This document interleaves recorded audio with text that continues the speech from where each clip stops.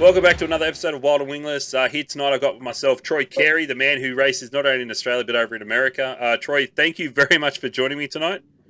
Yeah, no worries, Andrew. Thank you. I like the fact you're sitting in your studio there, a Western Star for the evening. Well, it's not even my truck. I'm sitting in a mate's truck. So, Nice, nice. Um, uh, the reason why I've asked you to come on the show is a lot of people have asked me to speak to you. Not only are you a character on the racetrack, you're off the racetrack as well, and you're one of the people I think in New South Wales wingless that has got a lot of respect among their peers. You've done a lot of things and you've achieved many things too. So, are you able to give to the people out there who aren't sure of the Troy Carey story just a bit of a brief, history on your racing and how you came to race wingless? okay. So, I started racing when I was 40. And it was just I happened to walk into Mark Lighton's workshop one day and he had a couple of race cars down the back and it had intrigued me. And I went down and had a look and asked him a bunch of questions, which he was probably sick of answering after an hour. And then just in the end, I went, right, I went home and said to the other half, I'm buying a race car. So that's where it all come from. And that was 10 years ago now. So, yeah. Yeah, right. But, yeah, so I mean, previous to that, I rode bulls. So I always, a bit of adrenaline. So that looked like fun. And that's the way we went. Okay, so where do you call home? Because the reason why I'm asking that is I used to see you at Parramatta a lot racing, in the N45, and your daughter as well used to race in the Yeah, NX45 or something like that. yeah, that's right. Chloe done a season, maybe two. Yep. But she didn't race all the time. It was just whenever it suited her and fitted her in, and so she was in the NX45. And you guys used to come down to Parramatta. What was your trip to from Parramatta to home? What was your were you like out at Dubbo way at the time, obviously? Or, Yeah. So we're still out there. We're a little yeah, place called Tullamore, which is northwest of Parkes, about 100 k's. right. So it was about a 6-hour trip. We Wow. leave home about 6 o'clock Saturday morning. We'd end up in Sydney at Parramatta at about lunchtime, or depending on the traffic, sometimes 1 o'clock. And then we'd race the night, turn around, pack up, and drive home. So we used to always try and get home by 5 o'clock, so we could get into bed before the sun sort of come up, and Really? get a few hours sleep in, and then get up and maintenance and clean and whatever else. That's insane Yeah, because I think when Chloe was racing, because I do remember because both cars were the same scheme yeah, very from. much so. Yeah, Yeah, and I used to get confused because I was like, hang on, because Tyson just started racing around that time. So, but I remember watching you beforehand, and you were very good when it came to not saying you're not good in any other time, but I particularly remember you moving forward a lot during the slick conditions. It was just you always had a sort of an ability to find the grip when everyone else sort of didn't have it. They were just buzzing wheels, and you were just able to sort of move forward. And that's one of the memories I have of you, even at Dubbo, just this year, even. You put on a good show up there at the state title. Probably not the result you wanted, but no, well, we actually, I don't think we definitely didn't have the car to win it. We're always reasonably good. That sort of track suits me. So Dubbo, Toowoomba, Darwin, they're yep. tracks that really suit me just by the shape of them. Yeah, look, I think we started about fifth in the state title. We dropped back a spot or two, I think, and then we may have gained one, and then the car just went backwards, and I didn't know why. But when we got back to the pits, I'd broken a front shock bolt on the right Oh, side. really? So yeah, the car was diving pretty hard into the Yeah, right right. front, and with those bumps and everything in the track, because it wasn't. Yeah, it was reasonably rough that night. If it it didn't like it. So I think we dropped back to maybe 12th or 14th or something. Yep. So Yeah, right. Because so not only do you race the wingless in Australia, but you've also you race over in the States in the non-wing sprint cars. Can you tell us a bit about that? What you do over there? yeah, okay. So we head over. Been doing it since 22. So we've done 3 years over there now. Our first year we just went over. Fitzpatrick's got us into it over there. Gary and Larry and that they Yep. were over there. They had a car over there. Todd had gone over, and I thought, bugger it, let's go and give it a go. And we went over and we done. Was our first year? I think we done 3 or 4. The midget week, so a support class with a sprint car for the midget week, and then we went in and done sprint week in Indiana, and yeah, just fell in love with it while I was there, and vowed that I'd be back every single year. So last year we went back.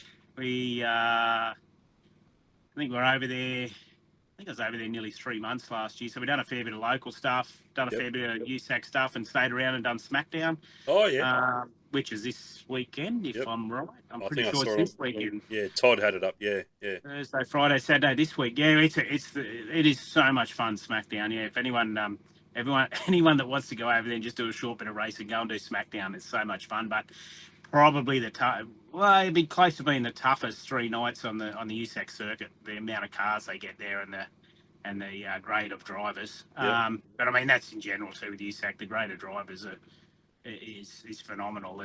Them guys, they do things that you only dream of doing Yeah. or only think that it's impossible, but they Yep. go out and make it possible. So done that 23, and then this year we went over. It was only a short stint this year. I think I was 6 weeks over there. Still managed to fit in maybe 16 or 18 shows, I think it was in 6 18 weeks. shows in 6 weeks. Yeah, it was something like that.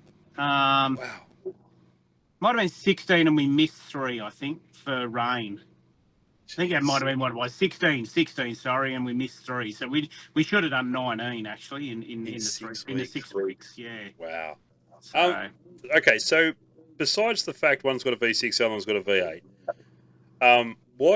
what else is different in the racing between the two? I mean, like, I'm only from the outside looking in. I mean, the fact you're over there lining up against USAC guys, I'd probably have a marker in my hand asking for autographs on the dummy grid. But like, what are the racing like? Pulling into the pits, going through that whole process, compared to what we have here in Australia, is it much different? Very similar? Where you know what? It's a lot more relaxed. over there, Yeah, which sounds stupid, but it really is. Reason being is we don't. There's no such thing as scrutineering over there. There's no such thing as putting in your entries or anything like that. Basically, you rock up to the pit as late as 4:30 in the afternoon, 5 o'clock in the afternoon. really? And roll your car out, walk over to the USAC trailer, put your name down, draw your pill, get your transponder, and go back to your car. So and just wait for them to do the driver's meeting, pick up your sheet to say when you're going out for hot laps and when you're going out for your time trial, and yeah, so it's a bit more relaxed. Wait, so you still got a logbook, but yeah, you still got a logbook in that? No registration of cars and anything. So you could have a whole pit full of 45s. There's no. Really? I've seen a race there. Might have been 22 or 23, and there was 6 number 5 cars on the track at once. It must be a nightmare. Poor old Chet would have been pulling his hair out trying to remember who was who. But yeah, there was 6 number 5 cars on there. So wow. So there's nothing like that, and that's sort of you don't have to go through any of the rigmarole like we do in Australia. I mean, I can understand where it all comes from with insurance in Australia, but over there, you're responsible for yourself, basically. You know, like you can have your kids in the pit. 2022, I had what's Clyde now, he's 15, so he's 13-year-old son pushed me out on the track. Really? You know, on a quad bike. No helmets, no nothing. So you're responsible for yourself. You look after yourself and your crew, and that's it. And as I say, I can understand Australia why they like it because of our insurance. But that makes it a bit more relaxed, if you know what I mean. You're not worrying about someone going to say anything to you, or you're doing the right thing, or anything like that. Yeah, right. Yeah. I mean, I know we've had a few tracks here in Australia where you've felt almost like Big Brother's watching you. You're not doing anything wrong, but you just like, for example, if I hopped on the quad to go push down Tyson or whatever it was, or go get him back, if you accidentally go to a double digit on your speedometer, you're like, oh shit, are they going to come get me? Sort of deal. But yeah, like I know it sounds stupid, but man, those people were pretty set in their ways. Okay, so what else between the two sort of paint me a picture, because I haven't been over with USAC. I'd love to do it. I've been told to go do it. But what else was there? So you go, I mean, over there, did you guys every night do your time trials and go into your heats like that? Or Yep. Yeah, so it's very regimented. They give you a time, and there's no mucking about. Like if they say that drivers' meeting's at 6 o'clock, drivers' meeting's at 6 o'clock. Right. It's not 6:30, it's not 6:15, it's not 7:15, it's 6 o'clock on the dot. You be there. Yep. If they come around, they got a siren on a bike. Once you hear that siren, you've got 8 minutes. You got 8 minutes, and then they say it takes them 2 minutes to push the cars off. So if they're starting in the pits and you're going out onto the track, under your own power, then they say you got 2 minutes. Once you hear that first car go, you got 2 minutes to get to the dummy grid. Really? They will not wait for you. There's no waiting around. There's no, oh, hang on, such and such is not here. We better wait for him. Bad luck, mate. You missed your heat race, or, if you miss your time trial, you get 1 lap at the end. You get 1 lap at the end. You might be quick time, but you can't start in the top 10 of the feature. Really? Because you missed it. Yeah. Yep. Really? Wow. And that's a regimented rule. Everyone sticks to that rule. Mate, everyone's on song. Everyone's there. It's not. Oh, man, that'd be awesome. Yeah, and the shows are over and done with in no time, We do, so you do your 4, you'll go out and do 4 hot laps. Yep. Come back in, and then, as I say, you'll know exactly who you've got to follow out in your time trial. Yep. I think they might give you a 2-car window. So you can basically be 2 cars behind where you were, and you'll still get your 2 laps. But if you're any more than that, you get 1 lap at the end. So you go out and you'll do two time trial laps. Generally, it'll be by yourself, except for places like Terre Haute, Lawrenceburg, them bigger tracks. They'll throw 2 cars out because you'll never catch each other. Yep. Come back in, then they'll seed you into where you go in your heat races. So they invert the top, I think it's the top 6 most nights. I'll invert the top 6. And then the top 4 out of each heat race generally go straight to the A. Yep. Then this year they've changed it, and they've gone to where the next 2 will go to the B, and then everyone else will get seeded out of their time trial. Yeah, right. So you'll either be C or B. Yep. And then, it's the same old deal. Then you go to your C, top 2, transfer to the B, and then top 4 into the A. So, okay. Generally, their nights are over and done with by about, look, if there's no dramas and everything flows all right, she's all done and dusted by 9:30, 10 o'clock. And that's with a driver's meeting at 6. Yep. Wow. 5:30, 6 o'clock. That is no mucking around. No mucking around whatsoever. And how many cars are we talking, Troy, roughly? Just give or take. Sprint week, you'll get on your favourite sort of tracks, your Kokomo's, your Lincoln Park. You'll get you up around that 50 cars. 50 cars in 4 hours. Sorry. Like they can turn around 50 cars in 4 hours. Yep. Wow. Yep. There's no mucking about. Absolutely, you don't stand around and talk. You get back in. you get your helmet. You get your tear-offs on, and you get working on your car because. When you look at it too, most of these teams are professional teams, and they've got 4 or 5 people standing there, or 3 people at least standing there waiting to do stuff to the car. So the driver worries about himself, and they worry about the car. So,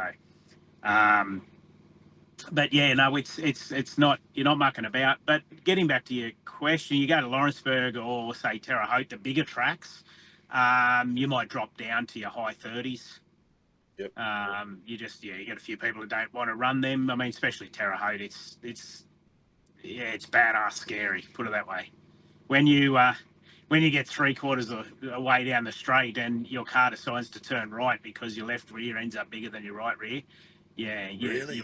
you're pulling the seat cover out of your ass when you get back into the pits. Especially 22 was the first time I raced. 23 was the first time I raced there, and no one worded me up on it whatsoever. I knew nothing about it. They set you up. And my car faced the exit gate because it's open all the time, and it faced back out into the pits. And I don't know how fast I was going, but I thought, someone's going to die. I'm either going to run over someone at 140 mile an hour, or I'm going to hit the end of that fence. But yeah. So it's not a track. Yeah, it scares me. It scares the crap out of me, but it's so much fun. Far out. Okay.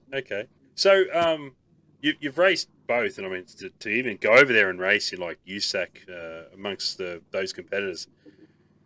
I'm trying to think what they'll be like here in Australia in our wingless division. That's almost taken on like the Australia's best, and like 2 times over almost, because those guys are just phenomenal.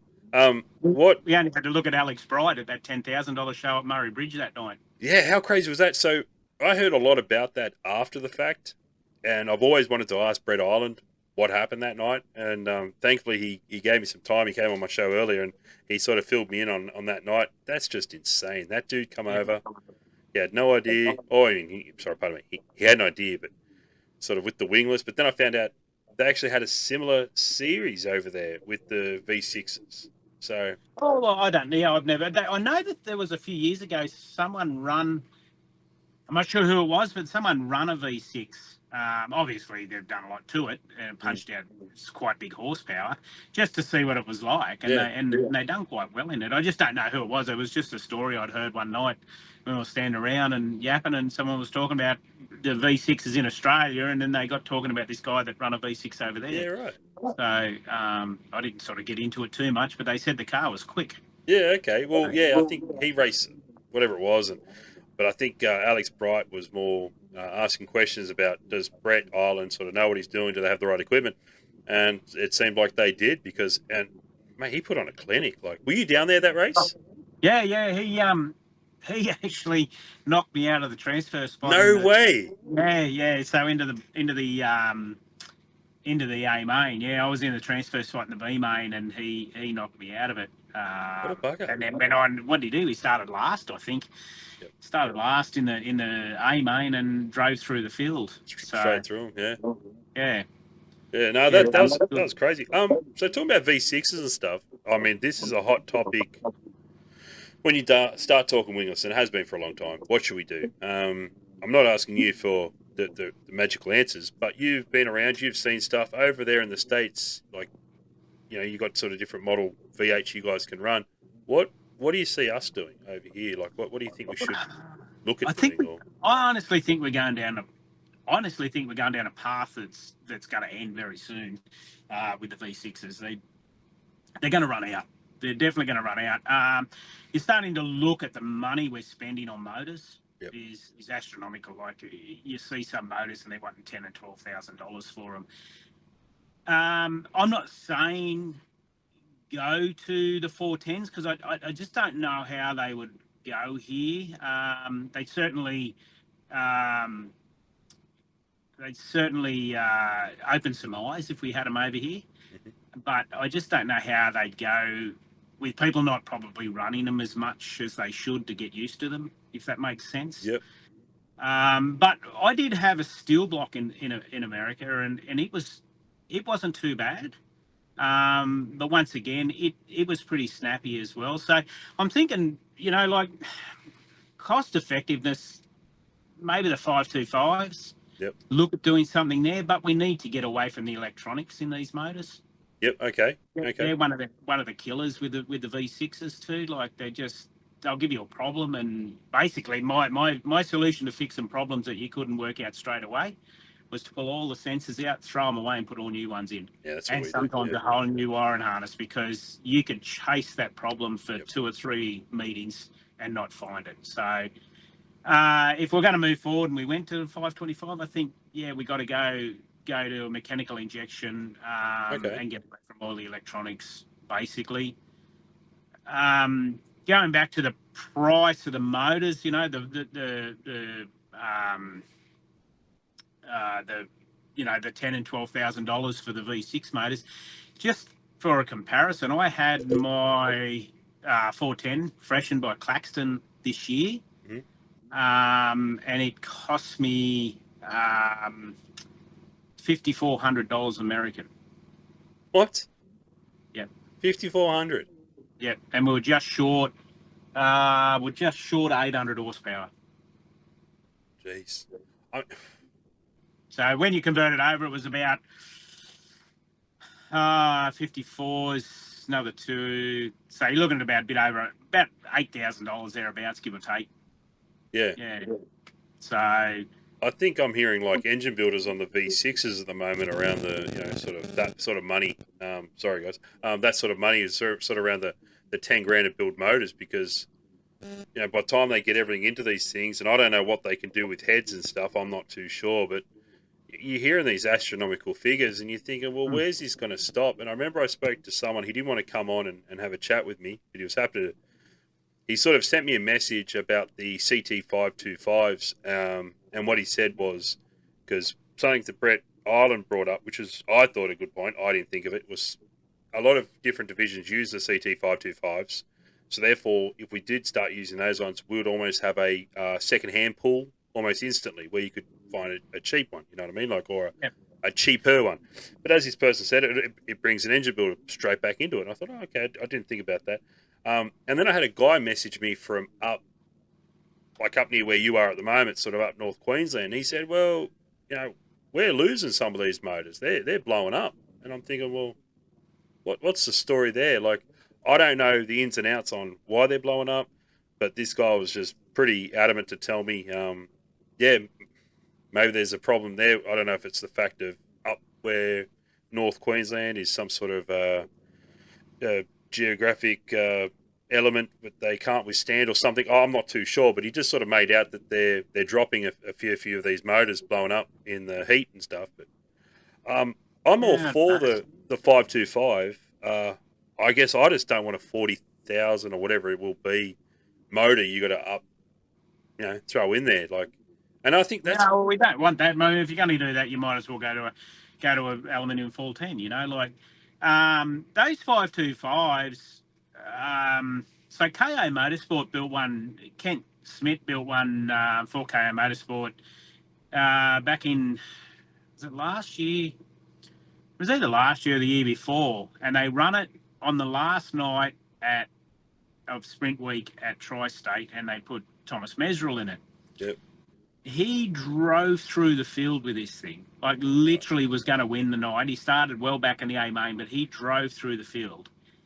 That thing had tremendous horsepower, unbelievable. Now it's a steel block, and it was driving past all the aluminium blocks. Like, don't worry, Mesrel never left anything to chance. Like, he gave it everything he had. But USAC actually stopped them from using that motor. Really? They're not allowed to use that motor anymore. I'm based with them guys now, like down near Hobsted. That's where I keep my gear. And I asked Kent about it, but he wouldn't give me any information whatsoever on what he'd done to it or anything. Wow. But that thing was unreal. It was unbelievable. But the other thing is going with the 525, the Pro Sprint series is running that motor as well, aren't they? Yes. So if we were to go towards that, and I'm not saying get rid of the V6s or anything like that. I mean, we're probably nearly big enough to be able to run two lots of wingless divisions in Australia. Yep. But if we went that way, there's nothing stopping someone from bolting a wing on their car and go and run in the Pro Series. And There's nothing stopping the guys with the Pro Series to take the wings off and come and run in the non-wing section. So we're sort of killing two birds with one stone. Yes. If they allow us to do that, that's the other thing. I think that's the big important right there is the allow. And I've spoken to many people, and they've sort of said, like, why aren't you guys, why do you guys run V6s? Oh, because it's the series, the category, blah, blah. Why don't you put V8s in? Well, we're not allowed to. Why? We don't get insurance. And like, how don't you get insurance? Like, you've got these little cars we call speed cars with a power to weight ratio of God knows what, and 100%. those guys can just, and they have an open cockpit at the top, and they're allowed, and they can have the sideboards on to protect their heads from anything rocks coming through on the side when they're sideways. That's another issue there, isn't it? The sun coming in their eyes and stuff, and I'm sitting there thinking, well, I don't know the reason. You do hear some people turn around and say, you guys aren't allowed to have your V8s because it'll take the thunder away from your sprint cars. Well, I'm going to be honest with you. I see some of that loud pedal videos. I don't know if you probably watch the loud pedal videos too when he sticks them out. A loud pedal is a guy over in the States who takes photos and videos and stuff. And every now and then he puts a video out on Facebook, and it's just like slow motion, car dead 90 degrees sideways, and it's just slow motion with some sort of music to it. And those things look awesome. Like, sorry, mate, you don't get a wing sprint car doing that stuff. Like, these non-wings are just incredible. So I reckon they probably would be a bit more enjoyable to watch based on the fact they don't have the aero, creating aero push for the cars behind that can, slow down, or not slow down, but dampen the racing where cars race against each other. That's the only thing I can work out. I don't know any other way. Like, why can't we put a V8 in it? 100%. If we've had more and more people come over to Sprint Week in the last 3 years, it just seems to be getting more and more Australians coming to Sprint Week. This year there was 3 busloads of them. Really? I got talking to him. We got rained out at Lawrenceburg. We got rained out at Lawrenceburg, and we pulled up in the camping area and we thought, oh, bugger, we'll stay here. Won't go back to the shop, which is about 3 hours away. Oh, geez, We'll stay here for a couple of days and have a look around. Anyway, these guys turned up, 3 busloads of them, and they were blown away with the racing. They really were. Yeah, right. And the more people that come over and see this and witness this, the more people they're going to tell, and the bigger it'll get a bit of a momentum happening. But look, I've seen my fair share of wing racing. I've seen my fair share of non-wing racing. And me personally, I will go to a non-wing show before I went to a wing show. That's me personally. Yep. Purely because of the racing skill. I mean, sprint cars are fast. Wing cars, they're fast. I shouldn't say sprint cars. Wing cars are fast. Like a lot faster than a non-wing car into the corners and through the corners. But when you get 3 or 4 non-wing cars side by side going through a corner together, that's pretty spectacular. Yeah. You know, and they're sliding each other. And I mean, they talk about slide jobs and that in with the wing cars. When you see 2 and 3 slide jobs in one corner or double sliding each other and things like that, it blows you away. It's like, how did they do that without crashing each other out? So, I remember, what's his name? Dale Earnhardt Jr. started doing NASCAR commentary and was calling slide jobs every single time Kyle Larson went under somebody. And one of my friends once said to me, he's not really racing, but, oh, look at this slide. I said, man, you want to see slide jobs? check out, Indiana Sprint Week or something like that. Like, just, you will see some awesome slide jobs. You have no idea what you're in for. And I agree with you there. Like, you go and watch a non-wing race, your neck is almost snapping because it's the front 4 are going for it. Then, 5th and 6th are going for it. 8th, 9th, 10th are over here. Like, even the bloke back in 20th is like, it's just everywhere. Whereas, like, sprint cars, and I'm not putting anyone down, but unfortunately you see this with Formula One. It is a proven thing. It happens. You throw aero into anything, it creates problems for the second car in the group. Well, they get that dirty air. They've got nothing to hold them on the ground, and they reckon it's. I mean, I've never raced a wing car, so I can't comment on it. But talking to people that have, and they said you get in dirty air, it's the scariest thing ever when you go to turn and like get it to turn in, and you still got your foot on the pedal, and she doesn't go anywhere; it just goes straight ahead. So yeah. No, I mean, and there's a lot to me that you see some of these non-wing guys. I mean, their skill level is next level. Like what they can make a car do is phenomenal. Yep. You see them drive around the corner and they haven't even got their front wheels on the ground. They're driving it off gearing it off the accelerator basically. Just on the rear wheels, and they're still going sideways. Still got the slip angle happening, and they're still on the. They're still. You don't see flames out the exhaust, so they haven't got off it, and it's just like man, just They button off to get them in. Yeah. And they're on it. I mean, you go and watch them at.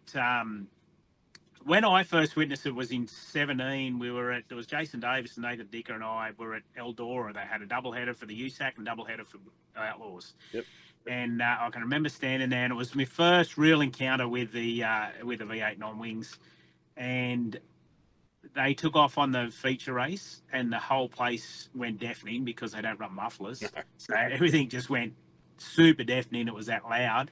They all basically hit turn 1 together and all rolled off, and for that split second it was eerie quiet. Really? Because they all buttoned off together to get into the corner, but with that split second, like, they were all back on the loud pedal straight away. But it was just that split second it went dead quiet, and then they were on it again. So look, I know I'm probably raving on about them a lot. But please, it's good to know. They're if you're going to go to America and you're going to go and watch some racing, go and watch your Outlaws, go to your Knoxville, go to your Kings Royal, all that. But do yourself a favour and go and have a look at a bit of USAC racing, especially the sprint cars, because they will blow your mind what them guys do. Yeah, and TV doesn't do it justice. Like, you're going a lot faster than what the TV's showing you. Yeah. I remember someone said to me, you're going to get the Kings Royal, and I'm not being nasty or anything like that, but I couldn't work out the last time I saw a good Kings Royal or that sort of stuff, because it's always like someone just pulls gaps and just gone. It was almost like when Jason Johnson beat Donny Schatz. That was a good one towards the end there. He did a pass on him. But besides that, it's even sometimes the Chili Bowl, like, you had a few years there where it was battling, but besides that, it's just one dominant car. And if I want to see that, I'll go watch F1.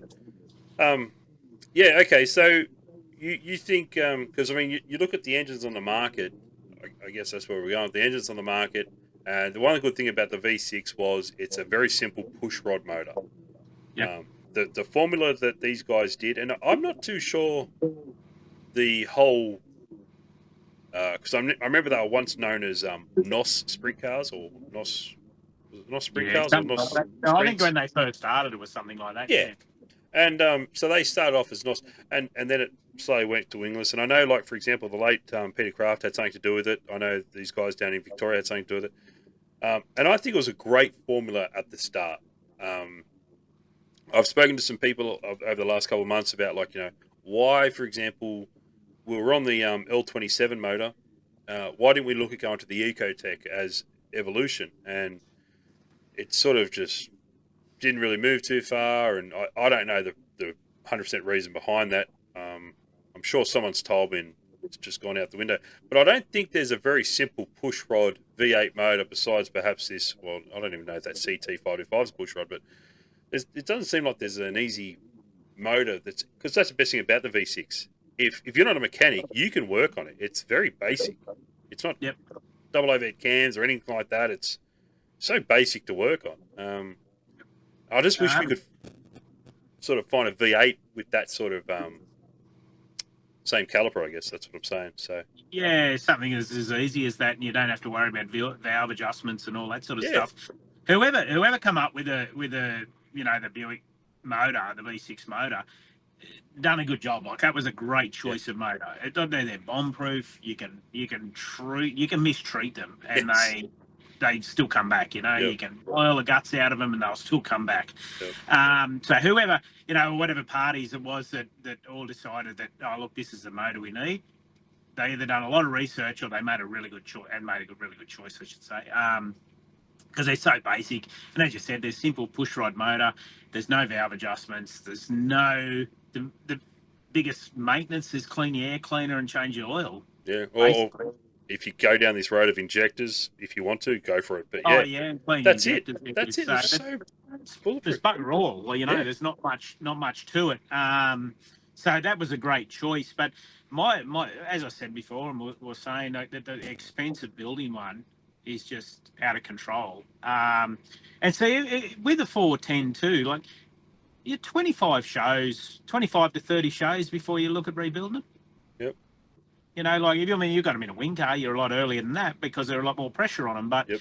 with the non-wing ones, unless you give them a big rev, they're 25, 30 shows, and you go and get them freshened up then. All right. So no different to our V6s. I mean, mine were 25, 30 shows. I was getting them freshened. Here's a question for you, I guess, Troy, and you'd know this firsthand. So you've got a top, decent motor that's putting out over 800 horsepower, right, in your non-wing sprint car, and I'm running around with a motor that's just over 700 or something like that. Do you see that? Because we don't have wings, so therefore we don't have downforce, we're operating on a track that throughout the night is going to age and go slick. Do you see that engine power difference towards the end of the night? Like, your extra 100 horsepower, will you see that just to drive past people? If you've got a little bit less horsepower but good setups, like... Yep, 100%. I won't notice it. Yep. But I'm thinking if you were someone like, bloody Bacon or Leary, or, Seavey even...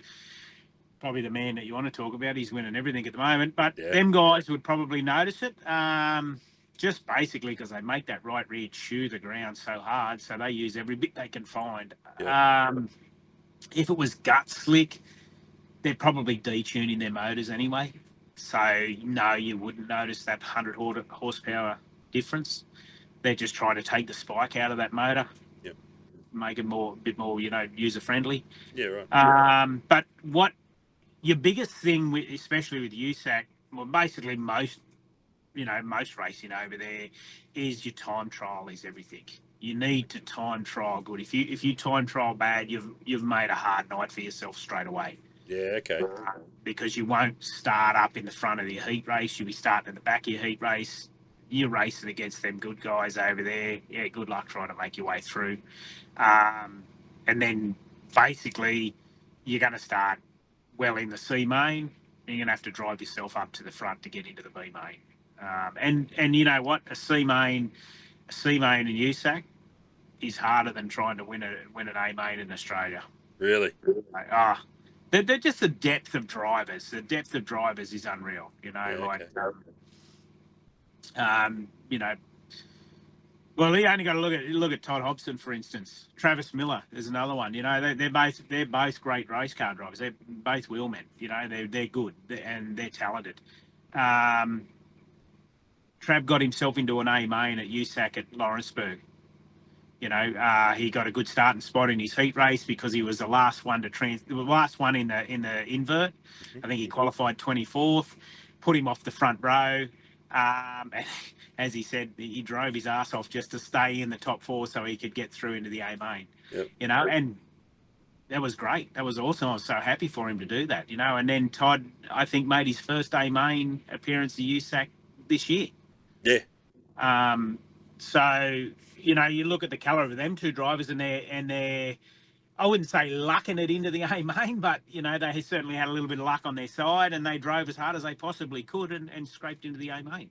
Yeah, right. I mean, Todd's driving unreal over there at the moment. It won't be long and he will be putting himself in a lot of A mains, but if he can just score himself a nice ride over there, I think, you know, like, I mean, he's got, as we've seen, he's got a lot of skill. He's got a lot of know-how, and I think he'll do great, providing he can get himself a good car and get himself a constant seat. Well, I think he's definitely thrown all caution to the wind this year. He's gone there for 2 seasons to make it happen, and I think the determination he's got, it's gonna happen. And I wish him all the best doing it. Another hot topic we had over here, and actually you became pretty famous for this.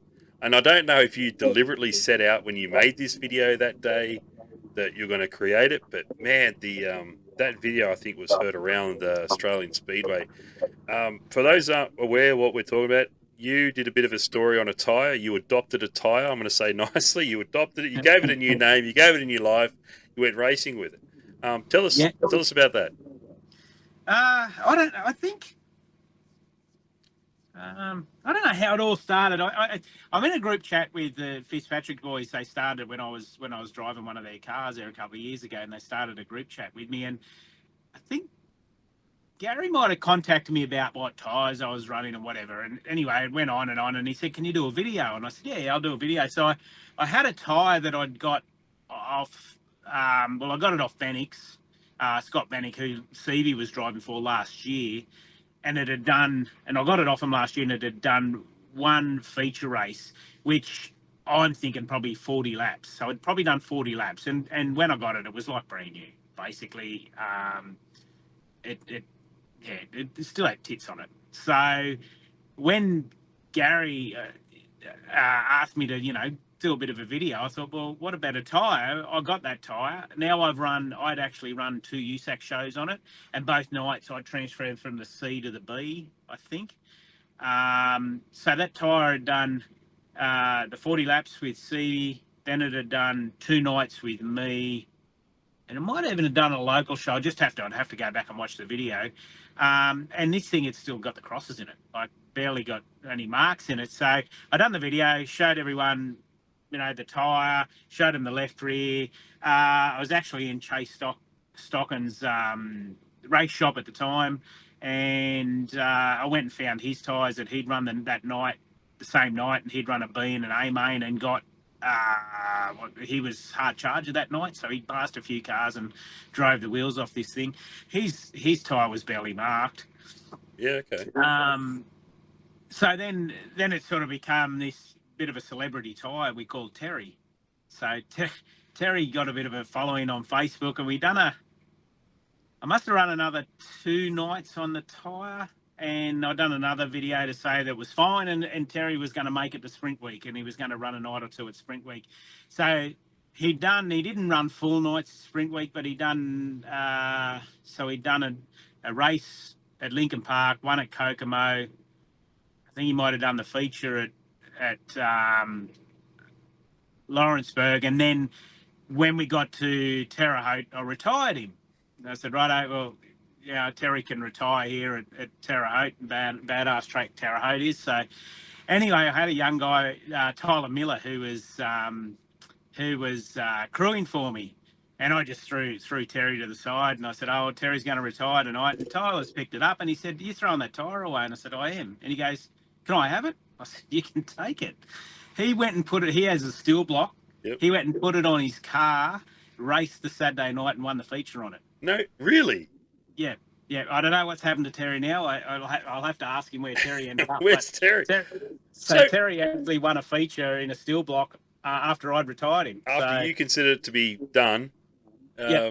Wow. So, okay, how much did you buy Terry for? No, nothing. I got him handed to me. You got him handed to you. So you got a tyre handed to you that you then went and put on half a dozen shows, if not more, on it. Yeah. Yeah. And you then thought, enough of Terry, like, love you, buddy, but take care. And the young kid was comes starting to get a bit rolled in the blocks. I spun it around and used the other side, because you can turn them tyres around. Use the other side. So, and the block started to get, basically both edges of the block would roll right off. So I just thought, oh, well, it's time. And you could still faintly, if I remember, you still faintly see the crosses in them. So it wasn't completely buggered. Wow. I mean, okay, quick on. What is that? So what tyre was that? Was that a H? No, it was a medium. Oh, medium. Okay. Yep. And it was the old style medium. There's a medium ones now that they use. Yep. But it was the first lot. And I think, I can't remember, we did Giro it. I think they're Giroing up about 40, 45 or 47, somewhere. Yeah. So how much hard. How much would that medium cost you to buy new? Like over in the States, what was the cost of that tyre new? I did know. I think they were like 320 or 340, something like that. Okay. I think the left rears were 280, and I think they were like 320 or 40. I mean, that's only, I wouldn't take that. No, I'm just somewhere around that. It's not too far from that. Put it that way. I didn't think we had a problem, and I'm not trying to say we do have a problem. I'm just saying, like, I didn't think we had a problem. We went to the new style of WABs this season, which just went halfway through. We sort of swapped over to them, and I noticed maybe we were swapping tyres a bit more, but was that down to us trying to be more competitive and putting new tyres on and not running them as long, or what? But sort of when everyone went to that Lismore Australian title, everyone burned off tyres like crazy, but it was just how the track was in those hot lap sessions. But I think that sort of started this whole notion of these tyres at the moment, in the wingless camp anyway. But then there was obviously something going on because sprint car guys were concerned too. We did a day show in New South Wales wingless at Eastern Creek at the end of the season. And like we went through like 2 rears that day. I knew Blido went through like 3 tyres, including a front steer, and I think Siri was the same. And everyone started sort of saying, like, what's going on with our tyres? And then I remember seeing this video you put out, and I'm thinking, man, like, why aren't we looking at this stuff? And I know I'm not a smart person, so if someone smarter than me will go, oh, it's because of A, B, C. But from what you saw, what do you think we should be on something that? Because that's a hard tyre. You said it was 45 Giroed. Well, I'm hearing rumours that these ones we have here are like in the 20s, like high 20s, mid 20s, whatever they are. A V6 doesn't need that soft a tyre. Well, this is you got me started now. Oh, okay, my bad. All right, let's go. See how we go. No, all right. Well, we were sold. Sprint cars were sold, and then the wingless was sold with the idea that if we go to WAVs, we are going to protect the tracks more and not put so much rubber into the tracks, which then help the promoters not having to change the dirt as often. That's what we got sold to. Yeah, okay. To go to WAVs. Okay, so doesn't it defeat the purpose when the tyre compound drops back to as low as an RD12, if not lower than an RD12 with the You'd think so, yeah. So why have we gone to WAVs? Like, obviously to look after the tracks and stop putting so much rubber was a crock, because we're doing it worse than ever, and these, you hear people blaming the tracks. Oh, it's a track. It's not the track. I mean, it might be the track, but it's because we've put so much darn rubber in it in the last few years. Yep. You know what I mean? So we haven't helped the tracks at all. We've actually made it harder on the tracks, on the promoters of the tracks, because now they've got to go and change the dirt. that was the whole reason we went to WAVs. So Yeah, right. promoters didn't have to change the dirt as often, and the tracks would hold up better with a harder compound.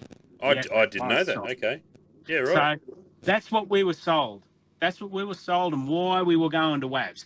Obviously, Wingless went to WAVs. I can 100% understand why we went to WAVs, because we got teams that are buying second-hand tyres off sprint cars, Yep. trying to compete with someone that's running a brand new RD12. It's an unfair playing field. It really was at that stage, because when sprint cars were still running WAVs, they were still reasonably hard. Once we turned over that the Wingless were running them as well as the sprint cars and no one else, it was the controlled compound, then all of a sudden the compound got softer. We couldn't hurt a WAV. Yeah, no. 8 years ago, we couldn't hurt a WAV. No. You know, Gilgandra was a perfect example. You could go to Gilgandra, and you'd chew up an RD12 in a heat. In a feature down to campus. Put a WAV on there, and it'd scuff it. Now we go there and put a WAV on, and we're on canvas by the time we finish. So, hang on, who's been played the fool here? Yep. And I think it's detrimental to the speedway community. It really is. Like, you want to put cars on the track. People can't afford to buy. I mean, these sprint car teams that are selling, that are using up 3 and 4 right rears and a couple of left rears and the fronts every meeting. Yep. They got a $5,000 tyre bill before they even get to the track. Yeah, I'm sort of concerned about that, because to me that's just a cost that's just blowing out more and more and more. Like, I'm looking at what we're doing this season just in a wingless, for crying out loud, and I now have to budget tyres in that I'm swapping tyres out sort of every 2 meetings, and I don't ever recall putting that into. I never recall even running a racing budget where we were concerned about that. But now it's become that. Now you're right. These sprint car guys. I don't like to bang on about rumours, but I heard some pretty good rumours that the sprint cars might just be New South Wales at Eastern Creek. There are going to run. They're going to have like 2 tyres marked of a night, which means they can only run two tyres that evening. And I thought, okay, but is that fixing our tyre problem? If there is a tyre problem, I'm not saying there is. I'm trying to play devil's advocate here. But if you've got a tyre problem, we've got a tyre problem, and it doesn't matter. You can't deny that we haven't got a tyre problem. All right, so you got a tyre problem, and then you go and mark. You give me 2 tyres at the start of the night. I mark them, and you put them on. How's that fixing the tyre problem? Well, it's not fixing the tyre problem. All it's doing is it's stopping people from putting new tyres on. It hasn't fixed the tyre problem. No. I'm not suggesting to do anyone out of business or anything like that. I think we need to really look at just changing. Either keep your WAVs. That's fine. Keep your WAVs. And change them to the compound of a medium. Well, okay, so that was another rumour I heard come out of this thing the other night was, and look, this could all be wrong, Troy, and if it is, I apologise. It's just something I heard. But apparently, Hoosier have come out and said there was something wrong with that batch of WAVs. The compound was wrong. It's going to be rectified and all the rest. If that is the case, I'm hoping to God that's accurate, and we get these tyres that are back up around the 40 odd, something where, because what are the SD38s from American Race? What are they? They're like in the 40s, aren't they? I don't have. Oh no, sorry, they're 38. They're 38. That's what 38. There you go. Hey, they call me Flash for a reason. So if you look at that, I'm sitting there thinking, a lot of the sprint car guys who race at Eastern Creek towards the end of last season, so you Jock Goodyear in the Mick Seller or Mark Seller, Mick Seller motorsport car, Jackson Delamont, they're all running American races compared to what they'd normally run with Hoosiers, and those tyres were wearing really good, really good. Okay. There were some Hoosiers, sure, they were wearing good, but I guess it comes down to, if you've got a driver like Jock Goodyear in your car, he's going to take every bit of that equipment and take it to what it's been designed to do, run on the edge. You'll take it to their limit, yeah. Take someone like me in your car, well, I can probably come back with a perfectly good tyre because I'm not going to push it at all. So I don't know if that was a fair thing, but I'm hoping that whatever is going on with Hoosier, it gets sorted to the point where we get tyres that come back and last, because it is concerning about it. And then, like, I heard another one about the high limit series. they're looking at maybe swapping over to American Racer as well. And someone sort of said that'd be interesting if they did that. And I thought, well, I don't know what their tyre rule is at the moment. I know obviously Outlaws run Yahoosias, but I don't know what High Limit does. That might. Yeah, I don't know if they've even got a tyre rule to be. Oh, maybe they do. Maybe they are on Hoosie. I'm not sure. Not too sure. Probably need to give Blydo a call in the morning and ask him about that one. But yeah, I just thought because what we used to rely on back in the day was we used to, if you couldn't afford it, and there's nothing wrong with it, we'd get our sprint cars hand-me-downs. Yep. And now those hand-me-downs just simply aren't coming if you're in New South Wales anyway, because we've had no real home track. The guys are racing country series, which is great to see them do country series and get out and see the people. But they're almost wearing these tyres all the way to the end because, number one, they cost a lot. Two, they wear out so much quicker than what they were before. Yep. They don't get that option to go, oh, you know what? I use this as a feature tyre. I can't run that as my heat tyre next week anymore. That's too far gone. And it's no good for a wingless guy. Other state guys, maybe they are getting their old tyres because of their racing wasn't impacted like we were. But yeah, I don't know. I don't know if they would be, just purely because of the cost of it. I think people have, they've got to run them to the end now. Yeah, because when you started, which I thought you'd been around motorsport a lot longer, so I was quite surprised to hear you start 10 years ago. Like, wow, all right. So when you started around then, roughly, what was a tyre costing you back then? Oh, now you put me on the spot. I don't really remember, but I'm thinking... $300, 400? I think they were just shy of 400, maybe 380. 380. I tell you, Blydo would be the one to ask about that. Probably would. I need to speak to him. He would remember that. So they've gone up. I mean, now you're looking at like 600. Is 600 not bad? Look, I got sold on the tyres, and I'm not speaking negative about the guys at Hoosia, but the whole, once they changed the tyre, like the American spec, you could rotate it. I thought, this is great. I'm going to run one meeting like this, next meeting swap over, next meeting, hopefully I'm going to get 4 shows out of it. You didn't get 2 shows out of it, did you? Nah. Didn't get it. But it sold so well. And then you look at those Dirt X tyres, and you're thinking, like, they're $270 or whatever they were. And you're thinking, man, like, who cares if I don't, like, if it's... Stuffed at the end of the night, throw it away and get another one. Yeah, exactly. Like, you do not care. Like, but... Yeah, we've tried them, and from what I've heard from other people, on a wet track, they're really good. On a slick track, it's sort of, they don't have that bite, but that, again, comes to how many laps have we turned around in a Hoosier or an American Racer, so it's difficult to find out.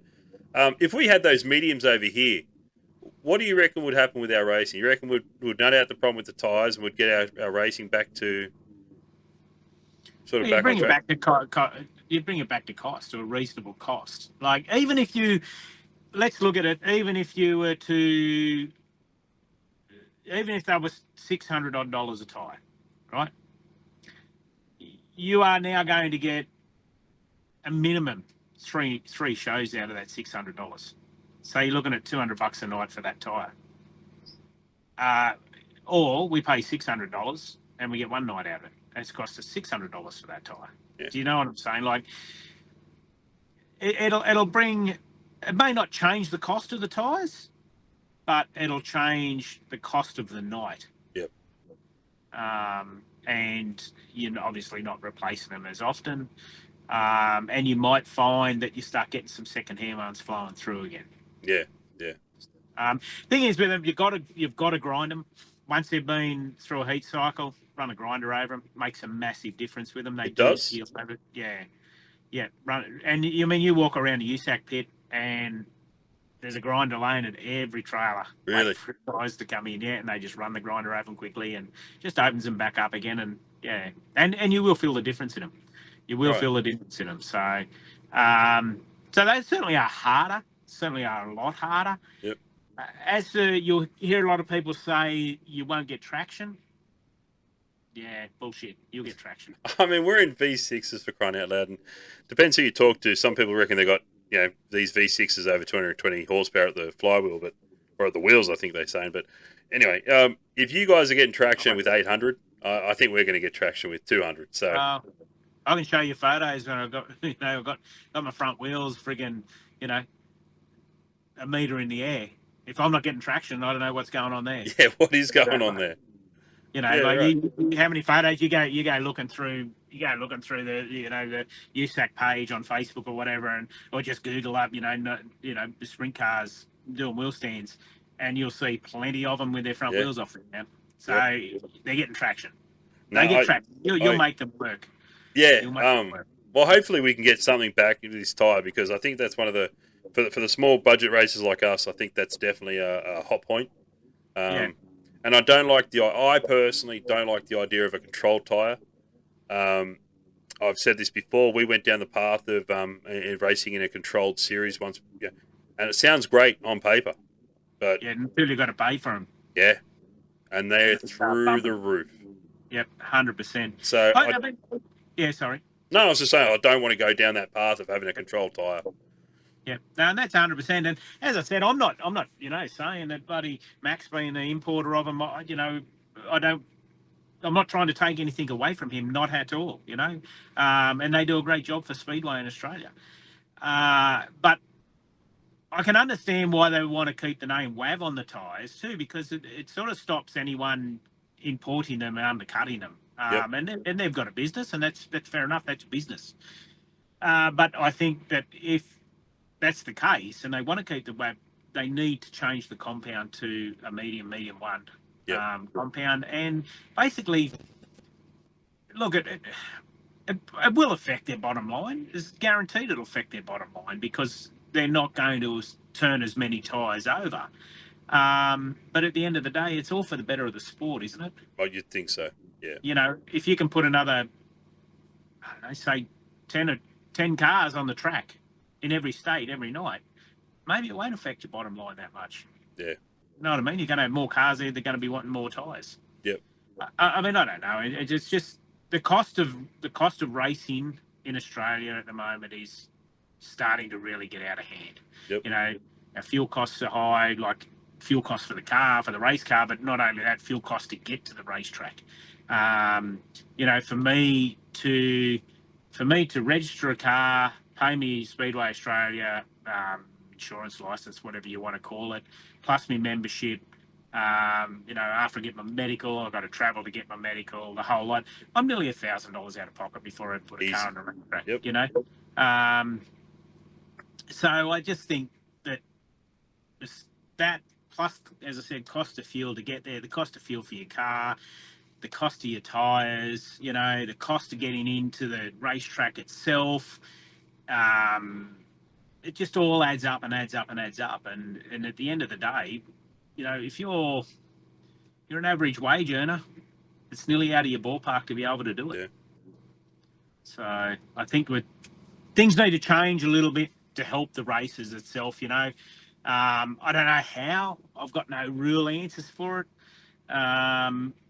But if they want Speedway to keep moving forward in Australia, they really need to look at the cost of what it's costing everyone to go racing, basically. Yeah, I agree with you on that. Especially when you look at everything at a whole. Like, we've lost World Series. Car counts in sprint car, rego numbers are down.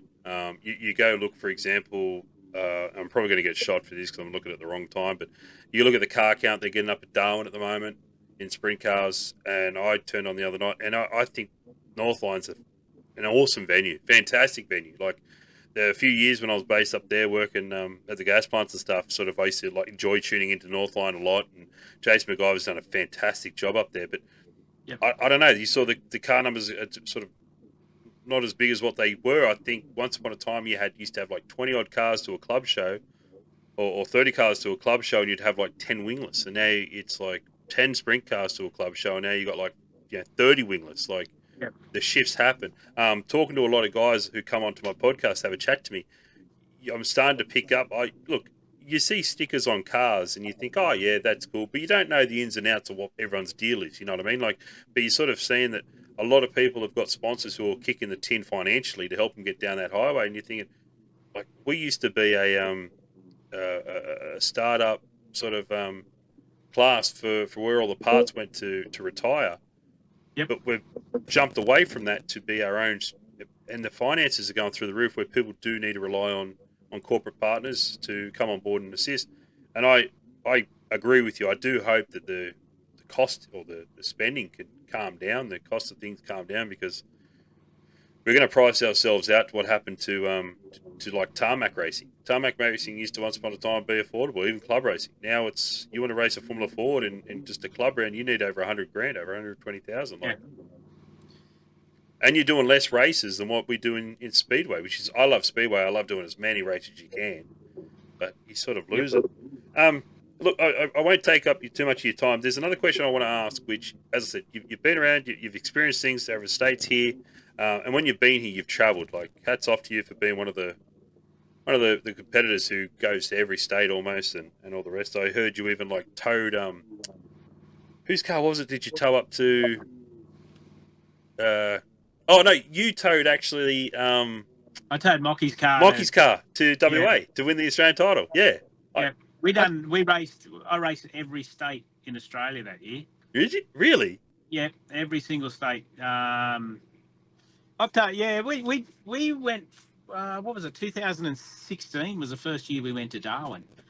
I loaded. What do we have? I had 2 cars. I loaded both them up. Craig Skeen drove one of them, and then I put Jason Davis's and Nathan Dickers in another container and took my truck up to Darwin. That was our first trip to Darwin. Wow. We got up there, I think there was maybe 6 cars. Yeah. So we nearly doubled their car count by taking 4 up there. Wow. And we had a wonderful time. And we'd done that every year up until my last time I took my car up there would have been the year we went to Kalgoorlie for the Australian title, because I come home from Darwin, raced a few, and then went to Kalgoorlie, and then we never went back up there. Never took my car back up there. I've been back up there racing, but I've never. Yeah. Actually, I'm going back up there in 2 weeks racing. James Dennis is jumping in his car for the NT title. And which car is that? Sorry, what's the number? James Dennis. I don't know names. I know numbers. Yeah, 21, I think it is. Okay. Yeah. Yep. So going back up, and they're going to run the NT title for him. Yeah, nice. And I'm just trying to think what the second night is, whether it's the top end challenge or something like that. Yeah. So hopefully I'd like to win the NT title again. So yeah. Well, I mean, when I heard that story about Mock, I'm actually got Mock coming on the show in a couple of nights, and I look forward to that one. But I knew we went over there in an open trailer. But then when I heard the story about how I've got to ask them, I can't say too much, but how they missed their flight out of there the next day. And then I thought, hang on, how do you go over in an open trailer, but you miss a flight out, but then you end up in Murray Bridge? How does that work? And they said, oh no, Troy Carey drove the truck. Yeah. I went, oh man, what a champion. I actually dropped the trailer off the back of the truck. Have you been to Balreynolds? Have you ever been to Balreynolds? Yes. You know where you cross the bridge to go into the town, like you cross over the Murrumbidgee River? The trailer fell off the truck on top of that bridge at 2:00 in the morning. I was by myself. I was going down to Mildura to pick up Larry Fitzpatrick. Done the trip over with me. Yep. And that was an eventful trip. We met up with the Walshes and Peter Logue was another one. Oh yeah. And we done a trip across the Nullarbor with them guys. So we had a bunch of fun. But, yeah, it was 2:00 in the morning. I was heading to Mildura. I had to pick Larry up off the plane. I think it was like at 8:00 or something the next morning. And I was going across the bridge, and all of a sudden the truck nearly come to a dead stop. I got out, and here's the trailer. The tow hitch had actually broken off. The tongue had broken out because I had an extended tongue on it to get the tow bar out. And the actual extended tongue, I think, was illegal. But anyway, it was working at the time. It snapped off and drove the trailer into the ground and never damaged anything, which was lucky. Yeah, it didn't hurt a thing. I thought for sure it'll chop the wires in half or done something, but no, it just sort of, I think the chain sort of caught it at the same time as it hit the ground, and just sort of touched the ground. But it was a big jolt in the truck. Right. 2:00 in the morning, here I am, got the got the trolley jack out, jacking it up. I'm stuck in the middle of the bridge and trying to get another tow tongue in underneath the truck and then get the tow bar and hooked up in the dark. And it was a circus. And here's Mocky just flying over there in the Qantas lounge. Mocky was playing the superstar. He was in Sydney living the life and then getting on a plane. And anyway, he ended up being the superstar, so we're good on him. That was good. I can't wait to hear that story from him, but I did not know that. I want to ask him how they missed the plane. That's a bit of a story. I've been told to ask, so I'm going to have to ask. So, Kyle, you're going to have to tell me, buddy, please. before we go, just as I said, you've been around everywhere, travelled. What is anything missing in Australian wingless? What we need to make it huge? Like what? Named events. You know, like we don't really. I mean, we've got the odd blue ribbon event. You know, Victoria's probably got the most amount of them. You know, with their SummerSlam, and then no, I just can't think of them off the top of my head. But they got a couple, like the Invitational one at Avalon, and so they got a few blue ribbon events. And I think South Australia have a couple as well. But we don't have those. We don't have the Smackdowns, and we don't have the, you know, the Indiana Sprint Weeks, and we don't have the Eastern Storms, or you know, or anything like that. We just sort of have these race meetings. That's all we got. So I think the biggest thing is probably promotion. Mm-hmm. You know, promote. I think Blido touched on it when you talked to him. I listened to that there a few weeks ago about how we'd had the New South Wales title. We were talking about that earlier, but it wasn't a big affair. No. Do you know what I mean? Like, it was a pretty played down sort of race meeting. So it sort of felt like it was just a basic another race meeting, another Easter trail. Yeah, I don't think it was even. I don't think it was even advertised in the city, in the town. No, and that's the problem. You get over to. I mean, you go to Indiana. Mm-hmm. I mean, Indiana's a different world. It's a motor capital of the world, you know, like especially Speedway. But the towns get behind it. You know, you go to Kokomo, something's happening at Kokomo. They got billboards up, and it's all happening, you know. And plus, you go to places like Lincoln Park, Paragon. They got weekly shows, weekly sprint car shows. They're there every week, week in, week out. You know, it's you make the show. It's $300. Yeah, right. Show. You know, I think it's $1,000, or sometimes Paragon's $2,000 to win the night. Really? You know, so they really, their towns get behind it. They promote well, and they have the big name events, you know, and they promote their big name events. But we don't have any. I mean, for instance, Dubbo, if you wanted to run a Smackdown at Dubbo, it would work perfectly. Yeah. Work perfectly. You know, like you go there for 3 nights, but you'd have to promote and get everyone there. Yeah. You really would, you know, and that's what makes it. And with, I know I'm saying Smackdown a lot, but with Smackdown, every night there's a different function. So you're finished racing by 10 o'clock. She's all over and done with. Yep. So on the first night, you know, there's a bar at the end of turn 4. And they got karaoke in the bar that night. So all the drivers and teams and all the crowd, everyone goes over there and mingles. Yeah. You know, so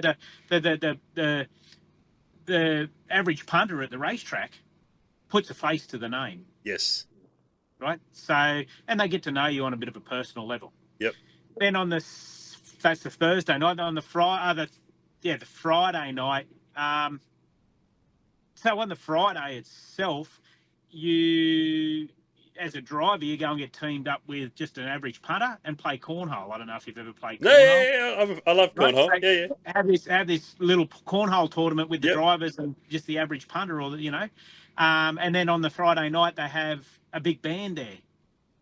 And I think on the Friday night they have an auction as well, like the auction off, you know, drivers give wheel covers and side panels and all that sort of stuff signed and whatever else, and they auction all that stuff off. All the money goes to charity. And then on Saturday night, it's just a big party, and everyone goes to the Frolic Bar, what they call the Frolic Bar, which is just these guys that turn up to every USAC show through Sprint Week, and and obviously Smackdown, and they got a portable bar that they set up out the front of their camper, and everyone goes there and parties. Wow. You know, they got this massive big this flag pole, and they put a light on top of it so everyone knows where the Frolic Bar is, and that's everyone goes to the Frolic Bar. So that's what we need. That's what we need. We need shows like that. Yeah. That get the crowd involved with the drivers and the teams. And in saying that too, they've got to be a little bit more relaxed in the pits, you know. And I think Toowoomba's going to try it where they're allowing kids to come into the pits for the night, Yeah. Which is a great thing. You know, hats off to them. That's great. We need to take that step forward because they're the grassroots. They're the next generation that are going to come through and want to race. So we need to get them involved. And that's probably an advantage that they got in America over us is kids are born in the pits, basically. Yeah. And Yeah. they Conceived and born pits. in the pits. Yeah. Do you know what I mean? Yeah, conceived and born in the pits. And they grow up in the pits, so they're already race wise by the time they're 5 or 6 year old. Like I use a guy. I know I'm talking probably a bit too much now, but I've got a young fella. He's 12 years old. Yeah. And I call him my crew chief. He comes and crews for me. He races a bit himself. It's Kayla Roll. I don't know if you've ever heard of Kayla Roll. No. She's an upcoming sprint car, like non-wing sprint car driver. She's won a lot in micros and mini sprints, and she won her first 410 non-wing show at Lawrenceburg here this year. So anyway, I use her brother. He's 12-year-old. Mm-hmm. That kid talks like a 50-year-old man about a sprint car. Yep, he'll come and he'll go, I just watched it, it's not doing this, it's not doing that, or, you know, we should sort of turn in here. And you know what? Everything he says, it makes sense. He's 12 years old. It's just because he's been in the pits. Yes, Since he was a kid. He couldn't walk. He was born in the pits, and they just know their cars inside and out. That's incredible. And that's where we're sort of lacking a little bit because our kids are only getting to see the car when it's home, and then we've got to wash it and clean it and service it. And then, come on, mate, help me pack the trailer and we'll get going. And then they get to sit in the grandstand. Well, that's the problem. They see all the hard work. They don't see the fruits, the enjoyments of it. They're going to sit, like, I'm going to refer back to Parramatta days. There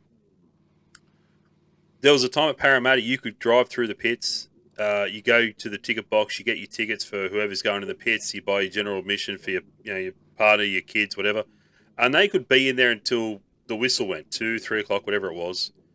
Yeah. And the kids were in the pits then. They were helping unload the car. They were getting the car ready. They were all psyched up for that stuff. And then it's like something happened overnight and bang, that's gone now. So you'd have to do that. You'd have to, depends how you want to do it, drive around the front gate, drop the kids off and the other half off. And then they would have to try and find shade for a couple of hours, which was quite difficult at Parramatta because in the middle of the day, it was right on top of you. You go around the back, you come in, you can set up a tent and all the rest and sit under that and be comfortable. And your partner with the kids are out in the baking sun. And that's the thing, the kids had to experience all that while you're laughing, having cool drinks, whatever. So it's like, I guess I'm just trying to say that that's the bad side of it. And for whatever reason, whatever happened, there was rumours about it, but I don't want to get into it. They took the kids out of the pits. I want to see this come back. I believe we need it back. I think we need it back as you said, they're our drivers of tomorrow. They're going to be the superstars in the future. We need them to come in and touch the cars. I'm huge. I think Parramatta tried to do it where they tried to bring groups of people through the pits as the night wore on. And I'm a fan of that. Like, if you're a kid and you love motor racing and all that, you can go through the pit area in a controlled manner. You see cars being worked on, drivers talking to drivers. You don't know what it's like. You're sitting on the hill or sitting in the grandstand and they drive past you with their helmets on. You don't see faces. Now you put names to faces you were talking about before. And it sort of makes it a personal affair. And it can grow from there. We always hear that amazing story where a dude gave a hat or a hero card or a sticker to some kid. That kid took it home, didn't drop it, held onto it forever. The father owns XYZ business. Before you know it, the business comes on this driver's car, and it's just fate happens. I'm a huge fan of that. I'd love to see it. I guess I'm babbling on about it now, but I would like to see it. I think Toowoomba do some different things up there. Like you go up there, if you don't have a Speedway Australia license, you just pay the $50 and sign your form, and they want to put cars on the track. They want cars on the track, and that's the way. You know, and I briefly met the people that have got Lismore now. I've never been to Lismore. I can't comment on what the track's like or whether I like it or whether I wouldn't. But I tell you what, I met the people that promote it now. I've got it. I met them over in Indiana last year, I think Oh, it really? was. Okay. Yeah. Couldn't meet nicer people. Awesome people. And all for the sport. They want the sport to move forward, and that's what we need. We need more people like that. And I hear, and I don't know, as I said, I never went to the Australian title, but they reckon the promotion for that Australian title was second to none. I love Mildura, and I'm just hoping that they can do what Kim and Mick did, because awesome. Yeah, and that's what we need. We need people like that to run our tracks, and we need to be able to get the kids in. And I mean, you think about it. You bring your partner and your kids, and they have to go and sit on the hill for 3 hours in extreme heat because of the sun's belting down on them, and then it gets dark and it actually cools off a bit, and then they've got to sit there in the cold until 11 o'clock at night. That takes a pretty good partner and pretty well-behaved kids to do that week in, week out. Oh, yeah. Where if they could be in the pits where the transporter is, and it gets to 9 o'clock, 10 o'clock at night, and the kid gets a bit restless, throw them in the back of the car or whatever and send them to sleep. Yep. The partner's going to enjoy that a lot more. Yeah, oh, absolutely. And it becomes a team atmosphere. It becomes a family function. Not function, but family affair. And, the kids enjoy cleaning the car down, or hearing dad or the brother or the sister or the mother even driving, coming out of the car and saying how awesome it was they just won that heat race or feature race. You're taking that away, and it's, yeah. All right, well, fingers crossed we can get it. That'll be good. Yeah, well, I hope so. As I said, in 2022, I had my son over there, and he was 13. And he's pushing me around the pits on the quad, and that was one of the best things I've had, in the way of being. It was my first year running USAC, and I actually had my son with me. Yeah, your boy's pushing you. Yeah, and my boy's pushing me and helping me and cleaning the car and working on the car. Never. I mean, he's into his bike riding, and he's a good off-road rider. So he's got his own things going on, but actually for having him with me that time and working on the car and him enjoying it, it was unreal for me. I'd already won, I was doing something with my son. So getting back to it, that's what we need to do. That's one thing we need to push forward, is allowing kids to get into the pits. Well, I mean, I don't know where or how far my podcasts go. I started doing this because I felt like I needed to do something for our division. A lot of our drivers have got some fantastic stories. Like, look at you, for example. Like, I've said probably 2 sentences to you before reaching out and touching base with you about this. I've heard a lot about you. You've got a good there's a good story about you, and it proved to be true. And I didn't know where I was going to go, but I'm sort of hoping that, man, if the clubs or AWSR or something like that can just sort of, I'm not saying we're right, I'm not saying we're the problem solvers, but just listen to the people, maybe, or come and tell me how I'm wrong. I don't mind that either. Like, I don't mind being criticised for what I'm doing, but none of us are always right, and we're not wrong. I think it's just something they got to look at. If enough people say the same sort of thing in a roundabout way, and sort of trying to get to the same point. Yeah. I think it's something that the SCCA, Speedway Australia, AWSR, all that's involved needs to probably sit down and have a roundtable conversation about it. And I think we sort of, in saying all that too, we're dictated very strongly to by insurance companies and whatever else that happens, like government policies and whatever else. So, I mean, there's always a way around it. I just think that they need to look at it, and there's various different things they need to look at and try and make it a bit more family friendly. Yeah, no, I agree 100%. I mean, it'd be good to see what happens with this WOW series this year for Wingless.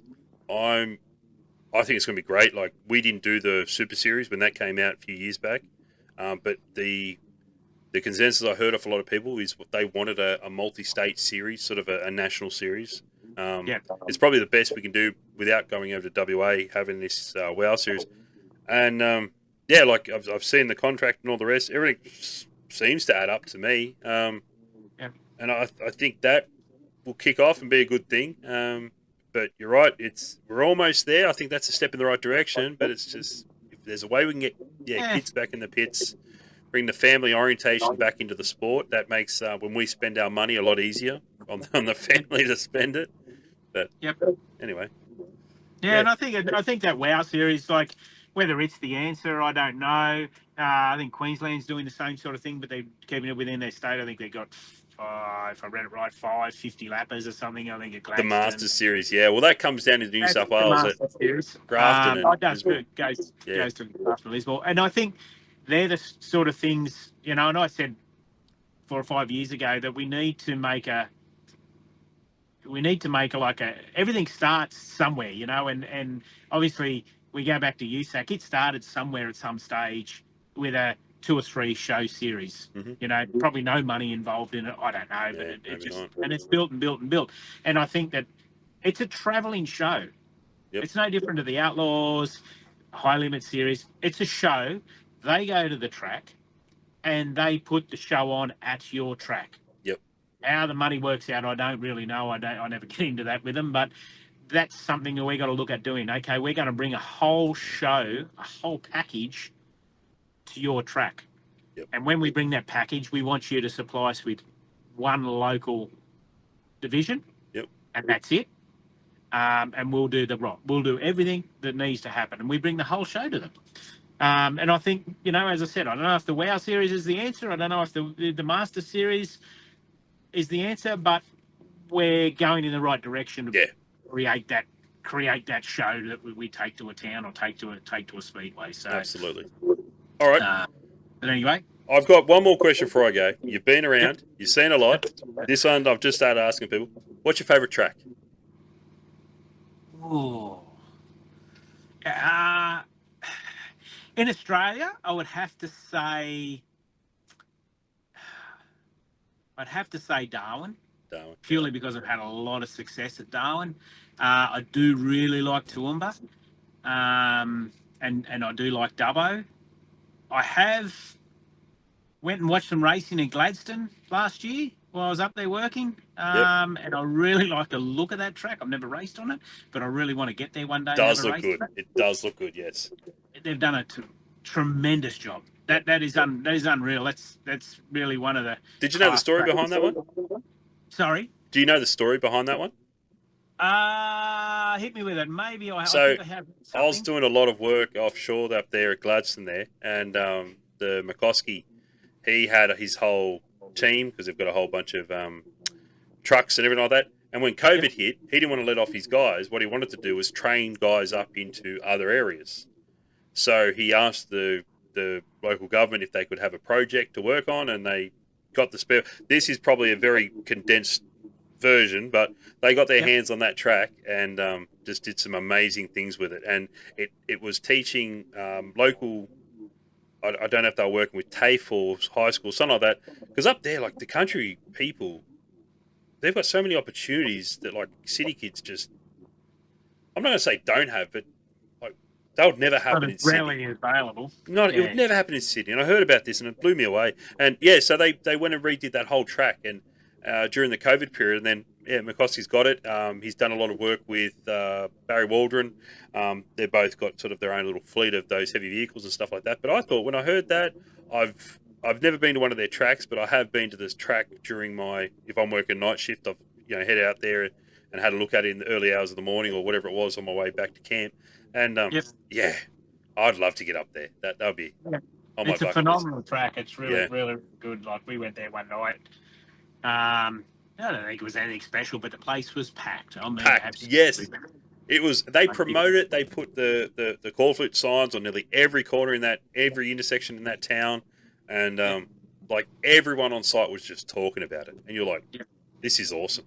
I've never spoken racing so much at work in my life. That was great.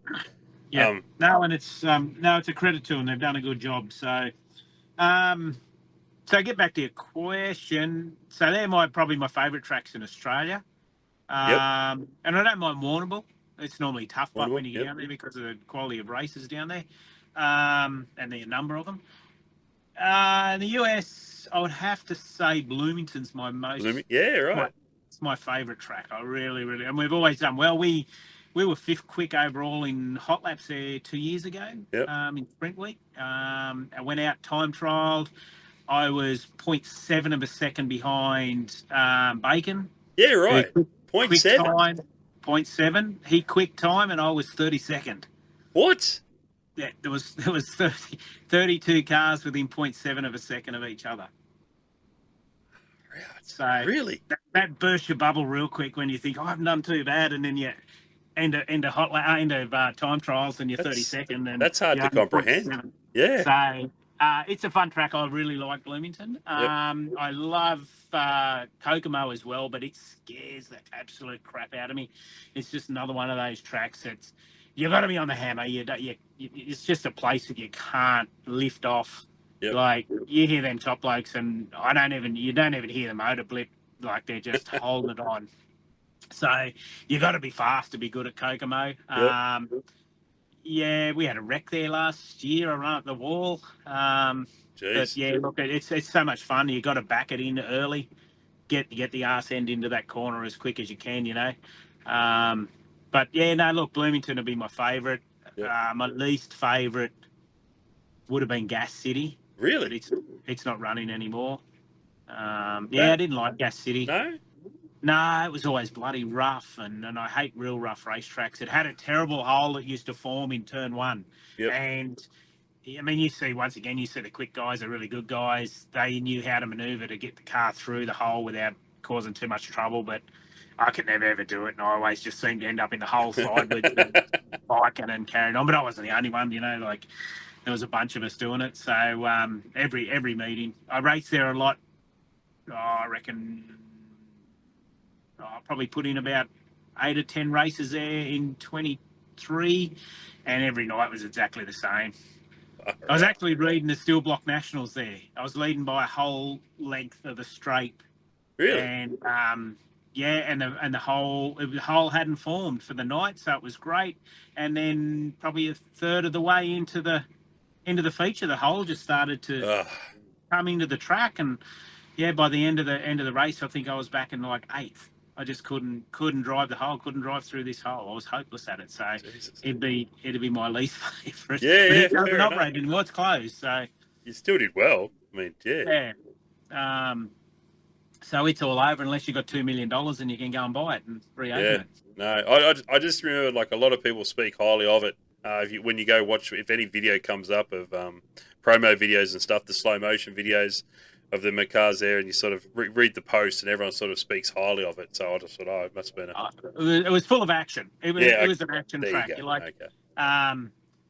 Action track both on and off the track. That was where CJ Leary kicked Robert Ballou through the side of his car and fell over. That was at Gas City. You can't do that in Australia. Oh no! Yeah, no, right. He fell over and then got up and had another go. Yeah, he had another crack. Yeah. That's what you want. Yeah. All right. Well, hey, look, Troy, thank you very much for sitting down with us. Thanks for the invite. You're going to be registering your N45 this season. You're going to hit the tracks. I don't know. As I said, I got my license. I sort of wanted to. I was going to sell a lot of stuff up. I want to buy another motor for the US. So I was going to try and sell everything up, but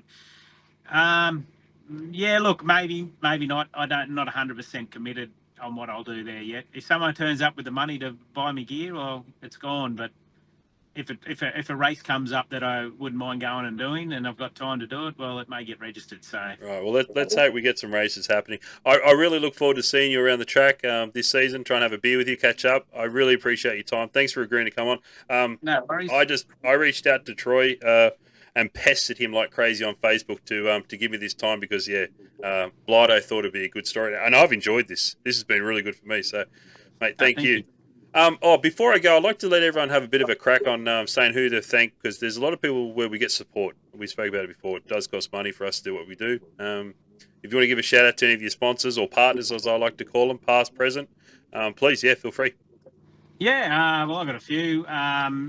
Regional insurance services in Dubbo have always been a great supporter of mine, and now that I'm not racing that much in Australia, they've moved on to and supported my son with his bike racing. So nice. I've got to give them a big shout out and thank you for their ongoing support. And then another one was Western Bull Bars, a guy that is in our little town that makes unreal 5-post bull bars for your Land Cruisers and whatever else. Once again, he's moved on and because I'm not racing that much, he's moved on and supported my son as well. So, oh, well. So yeah, as I say, I've got to thank them too. Suppose, which is an online sport clothing. So you can go online and buy, all your sporting clothing and, gym sort of accessories and things like that. So they've come on board with me and with my son. So that's a bonus there. So I've got to thank them. And then just basically family. Like all the support I get off my family is unreal. The kids and my mum and dad and my brothers and Anna and it's great. So That's good. That's gold. and I do leave I leave everyone and head to America every year, and for up to at least 3 months. So I've got to be grateful for that. And as I say, everyone backs me when I get over there, and not only that, I mean, I've got a lot of people that support me, on the track, and people I don't even know, and so I've got to thank all them. Yep.